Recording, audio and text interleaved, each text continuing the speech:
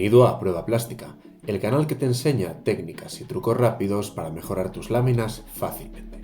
Para fabricar la acuarela, como con cualquier otra pintura, deberemos moler distintas sustancias hasta tener un polvo colorante lo más fino posible, llamado pigmento. Una vez molido, lo mezclaremos con un aglutinante que convertirá este polvo en un fluido que podremos extender sobre superficies, adheriéndose a ellas y tiñéndolas. El principal aglutinante de la acuarela es la goma arábiga, una goma pegajosa y soluble en agua a la que se le pueden unir aditivos como la glicerina o la miel para mejorar la estabilidad, la flexibilidad y conservación de la pintura. Déjame en los comentarios si os gustaría un vídeo en profundidad sobre las distintas pinturas y su modo de preparación o sus técnicas. En el vídeo de hoy tenemos una pequeña visita guiada por la caja de acuarelas que uso habitualmente. Os mostraré los tonos que uso y hablaremos de las sustancias químicas que componen sus pigmentos y les dan esos tonos tan característicos. ¡Vamos allá! En primer lugar hablaremos del amarillo de cadmio que se encuentra en la esquina de mi paleta. Se trata de un pigmento tóxico, especialmente si se respira en polvo seco, llamado sulfuro de cadmio. Fue descubierto en el siglo XIX y es apreciado por su luminosidad y opacidad, pero es caro y bastante tóxico. Vamos a ver cómo queda.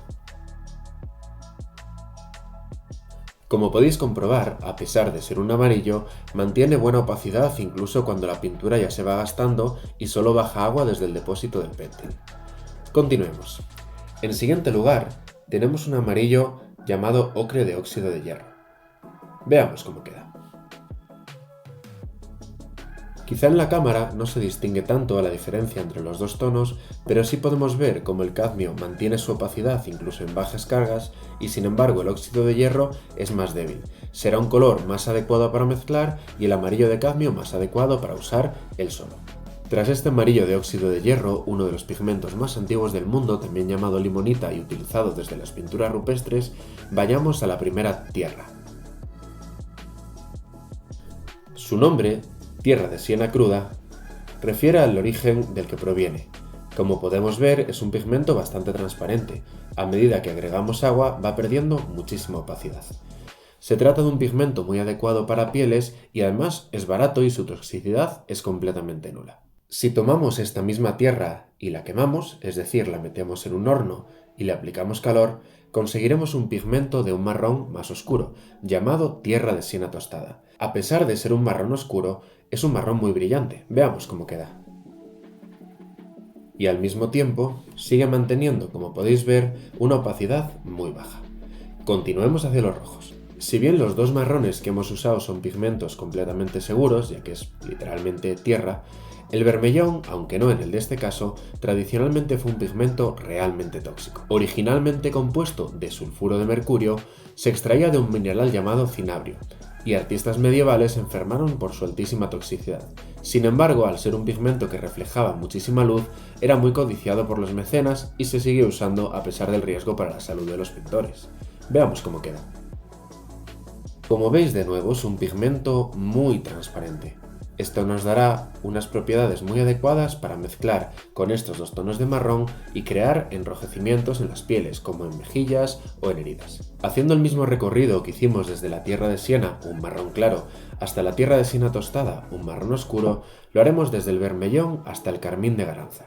Está compuesto de alizarina, una sustancia extraída de las raíces de la garanza. Veamos cómo queda. Como podemos ver, es un rojo muy intenso y aún más transparente que el bermellón, dado que es un tinte vegetal natural. De nuevo, los pigmentos transparentes nos dan unas muy buenas cualidades para ser mezclados. A continuación, y para terminar con los rojos, probaremos el magenta de quinacridona. Se trata del primario en la gama de los pigmentos y es extraído de un compuesto químico desarrollado en los años 50, pero que sigue usándose hoy dada su estabilidad y su potencia de color. Veamos cómo queda. Es lo que comúnmente llamaríamos en el colegio rosa fucsia. Sin embargo, este término no se usa en pintura, dado que este color es simplemente el rojo primario. También comprobamos que es bastante transparente. Para cerrar la gama de los cálidos, abordaremos el naranja. Sabemos por la teoría de color que el naranja se obtiene de la mezcla de un rojo o un magenta con un amarillo. Sin embargo, al mezclarlo, por razones físicas que se dan en la mezcla que no abordaremos en este vídeo, el color resultante es un poco más apagado que si creamos un pigmento que sea naranja de manera natural. En el caso de mi paleta, yo uso un naranja llamado naranja de azoico. Se trata de una mezcla sintética desarrollada por Talens, una marca de las más principales de pintura. Tiene un color precioso y brillante que dará un tono muy característico a los naranjas que usemos en nuestra pintura. Veamos cómo queda. Al igual que le ocurre al amarillo de cadmio, el naranja de azoico es un pigmento muy opaco, muy potente. Se da mal a las mezclas, pero es mucho mejor que una mezcla de rojo y amarillo a la hora de usarlo puro. Continuamos a la gama de los fríos por un verde muy atractivo llamado verde hierba.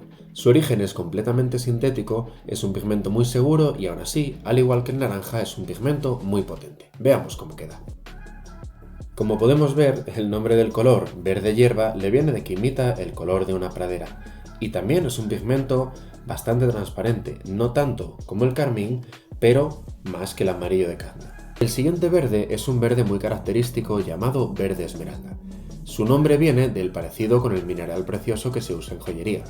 Originalmente se obtenía de arsenito de cobre, un material realmente tóxico, aunque hoy en día su origen es completamente sintético y el tono es prácticamente idéntico. Veamos cómo queda. Como podéis comprobar, tiene un verde muy oscuro y muy potente, con una opacidad que entenderíamos como media.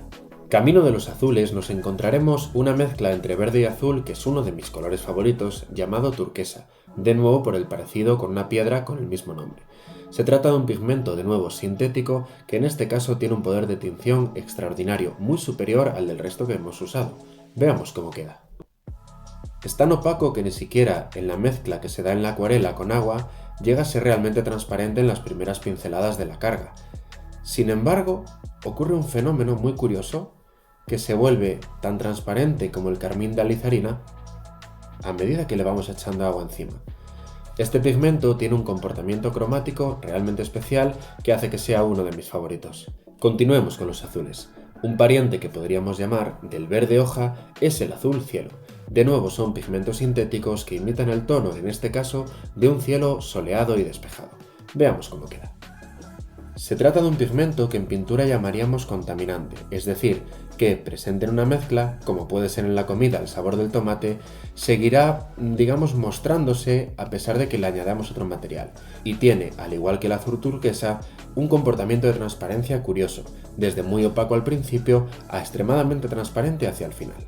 A continuación veremos dos tonos de azul muy específicos, pero que también tienen unas características propias. El primero que veremos se llama azul índigo, extraído de la planta índigo, también de las raíces, como el carmín de alizarina. Este tono se usa mucho en la mezcla con el azul celeste para matizar tonalidades en cielos, principalmente del amanecer y del atardecer. Veamos cómo queda.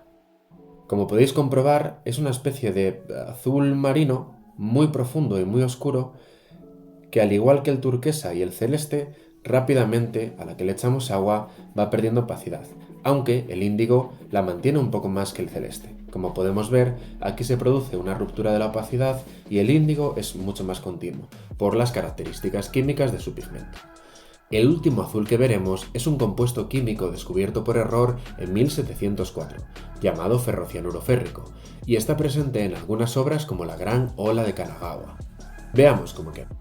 Se trata de un azul bastante transparente pero muy continuo en el degradado a medida que añadimos carga de agua. Se usa para dar zonas de contraste o sombras sobre otros colores, tanto complementarios como igualmente azules. Y por último veremos un color que llamaríamos de autor. Es una mezcla descubierta por William Payne en el siglo XVIII y se usa en la acuarela como si fuera negro. Es una mezcla de azul ultramar y negro de óxido de hierro. Veamos cómo queda. Como veréis, al principio da prácticamente negro.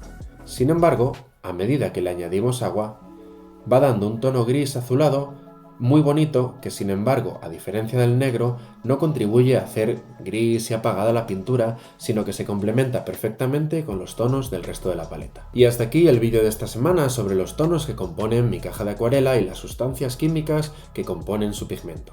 Os leo en comentarios si os gustarían más vídeos de este tipo, suscríbete al canal, activa las notificaciones y ¡hasta pronto!